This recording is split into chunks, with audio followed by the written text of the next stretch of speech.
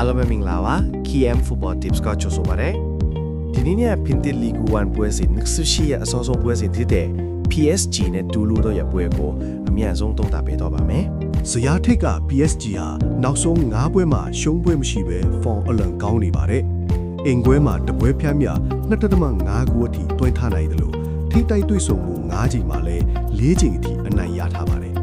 တစ်ဖက်ကတူလူကတော့ခြေစွမ်းအတအကြားရှိနေပြီမဲ့အဝေးကွင်းမှာတံပြန်တိုက်စစ်နဲ့ဂိုးရအောင်ကြိုးစားလာမှာပါဒါပေမဲ့လူစုံတောင်တင်းနေတဲ့ PSG ကိုတားဆီးဖို့ကတော့အတော်လေးခက်ခဲပါလိမ့်မယ်ဒေတာတွေအရငကိုးပေါက်မှာ PSG နိုင်ဖို့90ရာခိုင်နှုန်းရှိနေတယ်လို့အနည်းဆုံး3ဂိုးထုတ်ဖို့80ရာခိုင်နှုန်းတေချာနေပါတယ်ကျွန်တော်ရဲ့ရလက်ခံမှန်းချက်ကတော့3-1နဲ့ PSG အနိုင်ရတော့ဖို့ရှိပါတယ်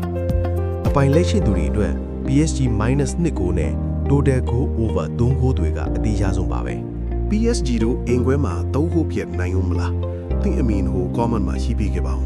ဒီလိုအပိုင်း tips တွေအတွက် KM Football Tips ကို subscribe လုပ်ထားဖို့မမေ့နဲ့ဦးနော်